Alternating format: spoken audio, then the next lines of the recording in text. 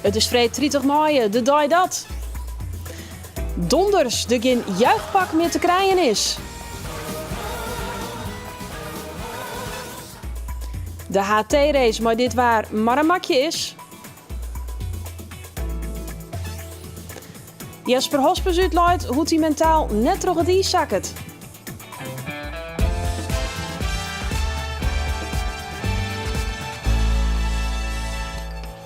Goeien en welkom bij Bient. Wol of geen status van de beeldieken. De meesten die binnen chin, maar bescherming van boetenaar kan ik correct goed wezen.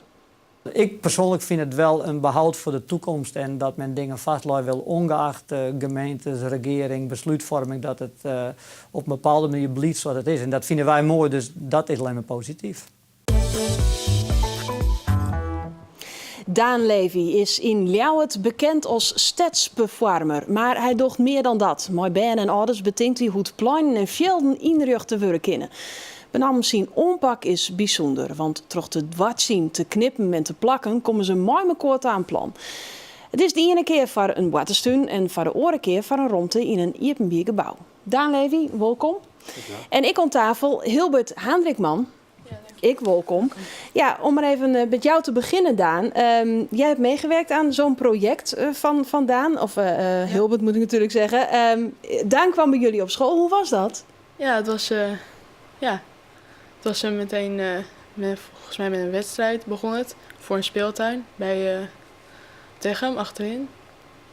En we moesten inderdaad allemaal zoiets ontwerpen. Ja, Dus. en jij dacht meteen van dat moet iets worden van een dinosaurus. Ik had niet meteen het gevoel dat het een dinosaurus zou worden, maar ik dacht sowieso, ik ga echt iets aparts doen wat niemand anders had kunnen bedenken. Nee. Nou, en dat is dit geworden. Ja. Ja, het ziet er prachtig uit. Wat verwachten ze van Ben, Daan, als ze hiermee aan de slag gaan? Ja, eigenlijk heel veel, want ik werk dus niet vanuit een standaard catalogus. Dat bestaat gewoon echt niet. We werken echt altijd vanuit bewoners en vanuit kinderen. Die zelf hun ideeën of ingrediënten kunnen aandragen. En dat vertalen wij dan naar een concept met elkaar. Dus het is eigenlijk altijd een verrassing. Ja, wie dit een grote verrassing dat dit eruit kwam bij Gleeks? Ja, absoluut. En wat Hilbert heeft gemaakt gaat gewoon ook wel heel ver. Omdat het gewoon helemaal af is. En dus toen we het samen ook gingen bespreken... de trap, de glijbaan, je moet door het huis kunnen. Er zijn nog wat andere voorwaarden die Hilbert had. Je moet er ook... Ja, Hilbert, vertel zelf maar eens even. Pak hem er eens bij en lis eens uit. Wat wie die idee daarmee? Het was sowieso mijn idee om er een enorm groot speeltoestel van te maken waar heel veel kinderen plezier van kunnen hebben. Ja. Een van mijn eisen was sowieso dat hij een leuke hoorn nodig had. En gewoon inderdaad dat je via de staart lekker naar boven kan klimmen. Een leuk uitzicht hebt vanuit zijn hoofd. En dat je uiteindelijk gewoon helemaal naar beneden kan glijden. Gewoon een grote, leuke dino. Ja, want dit miste jij nog in alle speeltuinen waar je tot nu toe geweest was. Er was gewoon, je ziet echt helemaal niet vaak een dino waar je in kan klimmen. Nee. Dus het is inderdaad wel een mooi apart ontwerp gewoon. Ja, nou, het ziet er inderdaad prachtig uit. En dan is het maar afwachten hoe het er natuurlijk in het echt uitkomt te zien. Ja. Hij staat er inmiddels, hè? Ja, hij staat er nu echt. Ja. En hij is heel erg mooi geworden. Zullen we eens kijken hoe die eruit is komen te zien? Vind ik goed. Nou, dit is hem. Hij is niet groen, hè? Hij is niet groen, maar wel heel mooi. Is dit een beetje wat je ervan gehoopt had dat het zou zijn? Ja, zeker. Ja, daar moest er nou nog een soort van onpast worden van het ontwerp wat Hilbert makke hier, totdat het er zo stiet. Nou ja, wat heel belangrijk is dat als we de tekeningen of de bouwwerken vertalen, dat het ook altijd speelveilig is. Want uiteindelijk moet het ook gecertificeerd zijn. Mm-hmm. Eigenlijk hoefden we hier niet zoveel aan te veranderen. Het is eigenlijk het doorvertalen van. Ja, en dan weten we, dan wordt het aan de andere kant ook al een automatisme natuurlijk. Omdat we de regels die bij het veilig spelen behoren, ja, dat weten we gewoon allemaal. Ja, de standaard. Ja. Dit ding stiet er dan. Hoe reageren de band erop? Want dat is natuurlijk heel belangrijk. We hebben hem geopend op 14 mei, dus dat is heel recent. Dan is die ook echt af. En als er dan file staat voor de glijbaan, dan ja, dan ben je ook als bouwer echt mega trots, want dan weet je dat het goed geslaagd is. Ja. Ik bedoel, als er heel veel kinderen zijn en ze spelen er niet mee, dan heb je je werk niet goed gedaan. Nee, En kun nu je stond nu de ook file. met trots zeggen van dat heb ik gewoon ontworpen? Ja, ik kan het met heel veel trots zeggen, want bij de opening stond er echt een fila via de benen, het andere been en de staart. Er stond gewoon een rij kinderen. Ja, En ja, dan kan je wel echt trots zijn zo van, dat heb ik gemaakt. ja. Ja, mooi. Dit is een van de projecten die staat dost. Maar er binnen net alleen nog Bartestuin, Tastel die smakkers. Wat komt er nog meer te staan in zo'n sessie? Nou, als ik gevraagd word waar het gaat over het inrichten van een schoolplein, een openbare ruimte, bijvoorbeeld via een woningbouwvereniging of een instelling, ik bedoel, ik noem dan GGZ of justitie bijvoorbeeld, dan werk ik vanuit de standaard geen mensen, geen ingrediënten. Dus ik organiseer dan een workshop. Maar ik ben mensen van justitie, dat je echt maar dit soort knutsel... Ja, zeker. Ja? Dus jongeren kunnen daarin hun kasten ontwerpen, hun stoelen ontwerpen, schilderijen kunnen we lampenkappen van maken. Je kan het eigenlijk zo gek niet bedenken. En Ja. wat je dus ziet en waar ik dus ook heilig in geloof, is dat we samen kunnen we veel meer uit een ruimte halen. Is dat een meerwaarde van het op die manier ompakken? Ja. Omdat, Maar hoe reageren mensen dan? Dat je bij hen komen en nou ja, ik neem maar weer even die mensen van justitie, die zullen er ik wel een beetje nu wat je nooit zijn. Nee, want het is vaak via. Dat men mij attendeert van, goh, de aanpak van Daan is wel een unieke aanpak. Ja, en als we aan de slag gaan, dan, je geeft mensen zoveel ruimte, want je maakt het samen. En ook als je dan kijkt naar het eindresultaat, ja, als je een stoel tekent, of in het geval van Hilbert dat hij een dino maakt, en het staat er dan ook echt, ja, daar doe je het voor. En dan haal je dus samen meer uit een omgeving. Ja, dat is echt de filosofie erachter. Ja, geen catalogus. Bij mij kan je niet op bladzijde 58 een glijbaan Nee. bestellen of zo. Nee. Dat kan niet. Soort tapas bewijzen in ik oren geval. Er is nou bij Glix een hele discussie over de wienmoeners. Net die wil die dingen in de achtertuin hè. Had je daar nog maar zo'n groep over praten en je bedenken wat moois daarvoor, zou je het even tapassen kennen? Of is dat weer te abstract? Oh nee, als het heel abstract is, dan word ik altijd wel heel blij. Maar ja, dat zou kunnen, zeker. Maar dan moet je wel... Kijk, het belangrijke in mijn werk is dat we met een opdrachtgever altijd een heel duidelijk kader stellen. Want ik zeg altijd, laten we het wel realistisch houden. En als we leuk aan de slag gaan met z'n allen en er komen de meest fantastische plannen, ja, je wil het ook kunnen realiseren aan het eind. Ja. Dus dat is wel ook een taak, dat moet ik wel bewaken. Ja. Misleert het wel eens? Dat je hem iets betocht hebt, maar zo'n sessie inderdaad, en dat het makken is, dat het net onder verwachting voldocht? Nee, eigenlijk niet, omdat het vanuit een concept, dus als de ingrediënten er zijn, vertalen we het naar een concept. Het concept gaan we ook altijd eerst bespreken. Dus er is ook in die fase nog een inspraakronde. Dat is met Hilbert is dat ook zo gegaan. Alle ideeën die je krijgt om het te vertalen, ik kan dat wel bedenken, maar uiteindelijk moet Hilbert daar een goedkeuring voor geven. Arun de man die bij mij een nijproject begon. Ja, ik word een student gaat het dan om. We hadden een man die even bijwest bij de eerste sessie. En als ik nu aan jullie vraag van hoe zou je het vinden als je je eigen schoolplein mag ontwerpen? Vind je dat leuk? Steek je dan je vingers omhoog?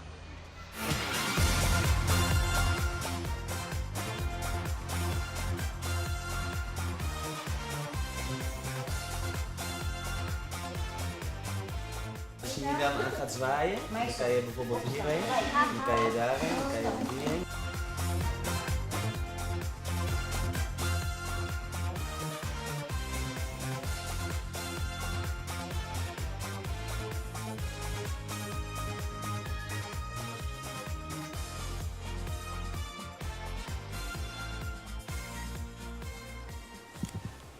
Ja, binnen toch ik weer hele bijzondere ontwerpen uitkwam. Ja, hele verrassende. De evenwichtsbalk als vliegtuig. Oh, En favorieten gaat hier over dakpleinen. En kinderen zouden daar heel graag een glijbaan van de trap willen. En daar ben ik dan ook wel heel erg over aan nadenken van, of we dat toch realiseren kunnen. Ja, een briljant goed idee. Ja. Nederland zal er heel anders uitkomen te zien dat dit al hier realiseerd werk in. We zouden... A ziet het er anders uit, want we maken andere dingen. Geen standaard speeltuinen. Maar ik denk dat we wel langzamerhand meer met elkaar, ook uit een schoolplein, maar ook uit een wijk kunnen halen. Dat merk je gewoon echt. Ja, je maakt een plek met elkaar samen. Hilbert, heb je de smaak te pakken gekregen van het ontwerpen? Nou, ik denk het wel. Nu ik deze dino heb ontworpen, ik vind het echt heel leuk om creatief te zijn, te tekenen, te schilderen en andere dingen. Ik vond deze dino ontwerpen ook echt heel erg leuk. Dus ik denk dat ik de smaak wel te pakken heb gekregen, want ik vind het heel leuk om vooral inderdaad een dier te ontwerpen in een soort van speeltoestel. Ja, nou, waar weet Kim nog ook van mijn koren budgetje Nou, dat hebben in we de ook toekomst? afgesproken. Ja, kijk. Ja, Nou, hartstikke zeker. mooi. Weet je trouwens dat de bedenker van de Boatestuin uit Friesland komt? Ja, volgens mij wel. Ultje Jans Klaren. Oh nee, en dat hij wist is ik niet. binnen in Talbot. Oh, in welk jaar? Ja, dat weet ik dan weer net. Maar ik weet wel dat in 1902 Ja. kreeg hij het in Amsterdam van elkaar dat er een speciaal boetesplak van Bern iepene waard. En dit is die model voor alle letterentuin in Nederland. En Snijningbureau De Vries op Omroep Friesland Radio omtinken voor hoe de letter ik neemt waard. Vader Klaren. Nou, dan weet je hem dat ik weer even. Tieren dank voor je komst, Hilbert en Daan. Dank u wel. De meningen binnen verdeeld. Wol of geen beschermen dorpstatus van de oude en nieuwe Bildieken en 3000 bunder achterlaan. Boeren binnen poer op Chin en de gemeente Rieck. Ze staan recht Chin het college van BMW en de provincie, want zij sjoggen aan beschermen status was zitten.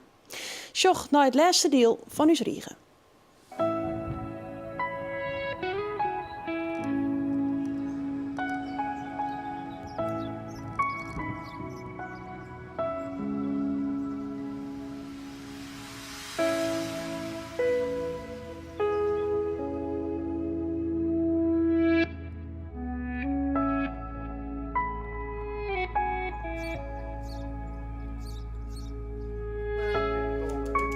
Ik zit in een motorbrand, dus ik ben een zelfstandig ondernemer. En de klanten komen oerwijk. Wat zei ze dan als ze hier komen, voor het eerst? Dat ze een prachtig uitzicht hebben over de oude dieken en de landerijen. En dat ze hier de reeën in het veld zien en de buizen met schemer boven de sloten. Of het ook dan de ruiten en de zon erin en de deuren open, zijn we daar uitnodigend vrij. Ja, een oude bilken, hè? 31 jaar geleden weggegaan naar Amerika. 1983. Ben ik weggegaan. Ja, en zo komen wij dan weer in 2013 bij die in Michigan. Ja, op zijn motor. En die hele Amerika doorkrast. Ik heb er best wat inzicht in en informatie over vergaderlijst, omdat ik naast particulier ondernemer ook nog een keer in streekbelang zit. Maar het is heel verschillend wat er hierover dat. Omdat ik persoonlijk vind het wel een behoud voor de toekomst. En dat men dingen vastloopt wil, ongeacht gemeentes, regering, besluitvorming. Dat het op een bepaalde manier blijft zoals het is. En dat vinden wij mooi, dus dat is alleen maar positief. Wat zeg je dan? Wat moet er nooit gebeuren? Ik heb hier een set van Rebufini. Deze. Dit is gepolijst en dit is vergroomd. En kijk, die begint te kankeren. Dat hebben we al een paar keer gehad. Kijk. Nou, eigenlijk kan ik niet precies, zelfs van de provincie of de gemeente, kan niet keihard zeggen wat er nou precies gelijk blijft, aan welke extra regel er hier aan voldaan wordt, waar het aan toetst wordt. Er is wel ervaring in de Beemster en Albelsiel, die is het al jaren. Maar ja, niemand kan het precies vertellen. Dus het is op zich op internet ook vrij duidelijk te vinden welke richtlijnen, maar hoe die dan precies geïnterpreteerd worden, dat is de vraag. En daar kan men vanuit de gemeente ook niet direct een antwoord op geven. En dat is heel jammer. Ook een leak. Maar dat is inderdaad ook een goeie, nee, dat klopt allemaal.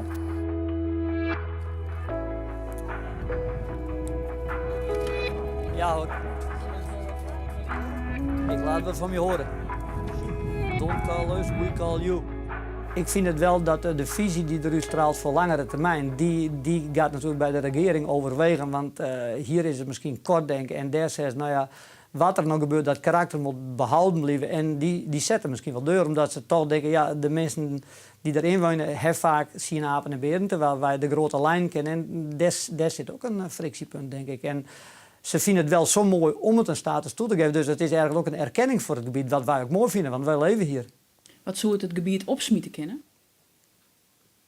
Ja, daar binnen meningen verdeeld. Maar ik denk de recreatie, waar men toch de komende tijd naast de landbouw wat meer op gokken wil. En met de Elfstedenroute en de varenwegen hier in de buurt, dat het meer recreanten aantrekt. En dat is natuurlijk ook mooi. Als je de buurt strak houdt en mooi en in de stijl waar het ooit was, dan kan het nooit problemen opleveren. Dus ik voor mijzelf zie er niet ik ben er niet tegen in die zin.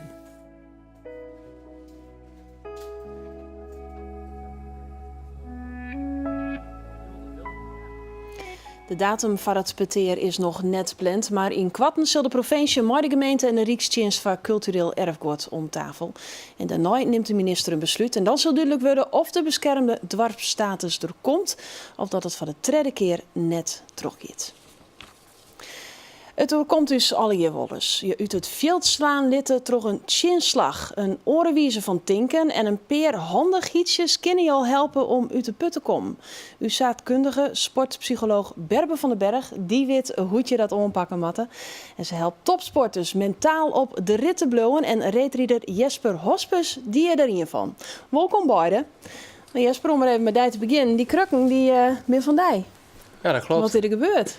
Ik ben vorige week een geopereerd aan mijn meniscus. En daarbij hier ik een liet scork in de mediale band, dus de binnenkant. En dat wie zat dusdanig dat het wel verholpen moest worden. Ja, dat is wel een chinslag. Ja, dat is absoluut een chinslag. Je zit weer in de voorbereiding voor je nieuwe seizoen. Dus ja, je wil aan de slag. En ja, dat wordt even stopzetten en dan moest even pas op de plaats maken. Ja, hoe voelt dat nijs dan als dat de jaren krijgt? Nou, daar wil je net vrolijk van, maar je probeert het dusdanig dan zat te plannen dat het toeschijn is. En dat het zo snel mogelijk geholpen kan worden. Dus de specialisten erbij zocht die goed binnen en als eerste kennen. Mm-hmm. En daaromheen zo snel mogelijk proberen wollen te revalideren. Ja, dat is voor zelfs alle je fysiek, maar ik kan me indenken dat het mentaal ook wel even wat Marie doet. Ja, klopt. En daar voorzag ik mezelf in. Ik zie jezelf, stippel jezelf mijn route uit van toch welke mensen ik me wil laten helpen. En daarbij ben ik bij Berbe terug te kwam. En die helpt mij gewoon te denken van wat wel relevant is en wat net relevant is, dat moet je laten gaan. Ja, nou Berbe, dan komt hij bij die en dan zei het, ik moet al mijn meniscus opereerd worden. Wat was het dan? Ik zei nou, dat is een behoorlijke stap. Ja. En hoe dan verder? Ja. Ja, en nu is het vooral van kijken hoe je zo snel mogelijk en bewust heel goed kan revalideren. En hoe ga je daar mentaal ook vooral mee om? Want fysiek kan ik hem eigenlijk niet helpen. Nee. Maar wel hoe je deze procedure, deze stappen de komende maanden zo goed mogelijk kan beleven. Dat je wel je basis gewoon weer goed neer kan zetten. En dat je uiteindelijk gewoon er weer sterker uitkomt. Dat is natuurlijk het doel. De sterker uitkomen, Ja. dat is ik was het hem dan varhast. Ja, maar dat is eigenlijk met elke tegenslag in je leven. Die heb je nodig om weer een stap verder te maken. En ja, dat heb je gewoon nodig. En als je dat zeg maar voor ogen houdt van oké, het is nu moeilijk, maar ik kom er sterker uit. Ja, dat geeft je gewoon veel meer positieve energie. Ja, dat is heel makkelijk zijn voor zelfs. Maar zet die knop maar eens even om. Je bent topsporter, je wil trainen. Die simmertrainingen komt eraan. Een ploeg die bij elkaar komt. Ik kan er net bij wezen. Nee, nou Jesper was toevallig woensdag al in de turnhal. En Jesper is wel eentje die wil dan niet thuis zitten. Dus die kwam naar de turnhal en gelijk wel de kop ervoor. Maar ik moest hem wel weer naar huis sturen op een gegeven moment. Want, Ja, maar dat wordt dus net, hè? nou ja, ik zei van ja, oké, maar nu word je te enthousiast. En let wel goed op, stap voor stap opbouwen. Nou, we suggereren in elk geval eerst een training van Jesper. Jesper op de evenwilsbalken. Ja. Dat is Berber haar tak van sport, denk ik dan. Maar Hey, dat is wat doet je? Je gaat nog goed, hè? Ja, met de eigen dicht echt viel, maar was het bezig best. Bij mij was het bezig best. En Berber probeert die op alle manieren te ontregelen. Ja. En daarbij is het zaak om datgene te doen wat belangrijk is. En dat is hetzelfde, maar die insteek waar ik oude onderwijsje mij naar de trainingshal gaan. Van, ik ken van alles net, maar ik denk juist aan hetgene wat ik juist wel wil doen. En wat ik net ken wel, ja, dat kan je wel langer nog met je kop in zetten. Mm-hmm. En die handvaten die krijg ik alweer. En dan is het geweldig om mij zo'n team aan de slag te gaan. En oude onderwijsje ben ik bezig met ademhaling. En daarvoor ben ik al briefd in principe of geholpen toch maar hetgene daarin te kroepen wat kan.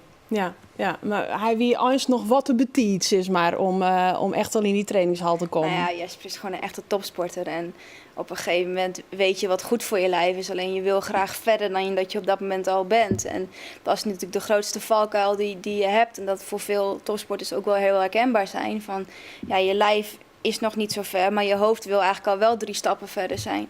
Ja, en dan moet je wel pas op de plaats houden voor de lange termijn. Ja, nou, dat voorbeeld, dat wil ik toch nog even aan Harry. Want we zullen nog even naar beelden van Dij.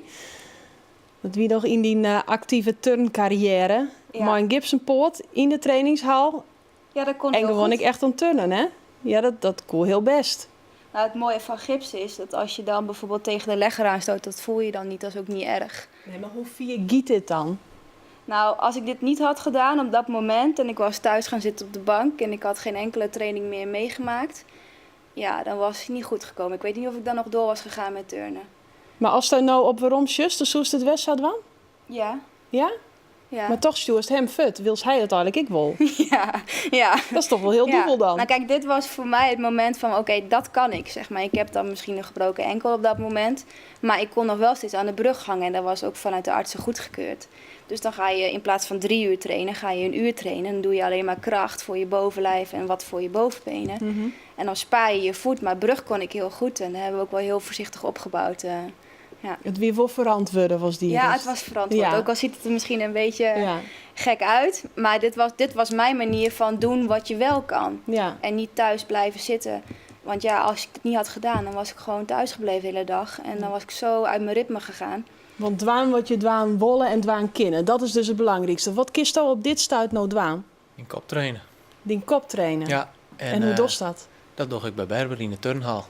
Dus al is het maar dat ik voor mezelf die door binnenstap, dan ben mijn zinnen al verzet. En dan zit je net, dan ben je even, zeg maar, uit de knibbelwaai en even bezig met het verdere traject wat komen gaat. En dat jouwt energie. En daarom dan wil je ambitieus en dan wil je van alles en dan wil je futsteward. Ja, want hier is het oors net redden misschien.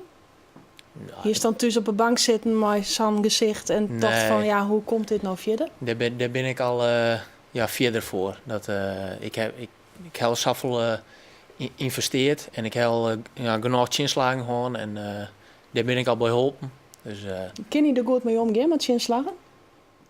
Vraag je dat aan mij? Ja. Nou, ik zou de is vraag... een coach, toch? Ja, maar dat is niet aan mij om dat te bepalen. Want Jesper voelt het. En ik heb het zelf natuurlijk ook meegemaakt. Dus ik weet precies hoe het is. Alleen, geen enkele topsporter kan goed omgaan met tegenslagen. Daarom is hij ook topsporter. Ja. Maar dat geldt niet alleen voor topsporters. Dat geldt ook voor de mensen die thuis zitten, die net ontslagen zijn. Of de relatie Ja, is precies. uit. Of... Er staan nog tips voor. Mensen die Nou ja, inderdaad dat is nou dus- thuis op de ja. bank zitten. Wat Nou ja, kan die vandaag dan? is wel het moment om sport als middel te gebruiken. In topsport zie je gewoon dat als mensen geblesseerd zijn, worden ze eigenlijk weggehaald uit datgene wat ze het liefste doen. Maar ja, die gaan niet op de bank zitten. En als je dus net ontslagen bent, natuurlijk baal je en natuurlijk ben je er gewoon sip van. Maar ga alsjeblieft wel kijken wat je wel kan doen. In de vorm van vrijwilligerswerk of nieuwe trainingen volgen, mensen opzoeken, netwerk weer ingaan. Blijf alsjeblieft wel bezig. Ja. En vooral het belangrijkste is wat vaak gebeurt, is dat we heel negatief gaan denken. En dat houdt gewoon dan niet meer op. We gaan eigenlijk alleen maar denken van dat kan ik niet en dat kan ik niet en dat kan ik niet. Nou, misschien opschreeuwen wat je juist wil kennen. Ja, nou ja, dat geef ik eigenlijk aan iedereen mee. Of je nou sporter bent of gewoon iemand die net zijn werk verloren heeft. Schrijf 3 positieve dingen van de dag op. Ook al is het maar zo klein. Een wandeling van een half uur of even... De zinnen die het skient, Ja. of de wien die je vielen. Ja, want wat we goed gaan en wat positief is, dat vinden we eigenlijk hartstikke normaal. Maar alles wat negatief is en wat niet goed gaat, ja, dat krijgt zoveel aandacht. Ja. Maar we verwachten wel dat mensen positief denken. Ja, dat werkt dus niet. Nee. Nee, Maar dus niet dat zo is wel stapjes. mijn tip. Daarin kleine stapjes, 3 positieve dingen elke dag opschrijven. Voor het slapen gaan. Oké, dan staat het ik, Jesper. ik schreeuw regelmatig wat dingen op. En dat shutter was bij, maar dan heb ik op de telefoon wat stekwoorden en dat schreeuw ik letter al je netjes op. En sporters zijn er ook goed in, hè? Benemen wat net wil of wat slecht ging. Maar het jouwt volle meer energie om te benemen wat wel goed ging en wat juist lekker ging. Al is het maar heel iets, maar dat sleept hij er op momenten dat het bijvoorbeeld chin zit, sleept hij dat er doorheen.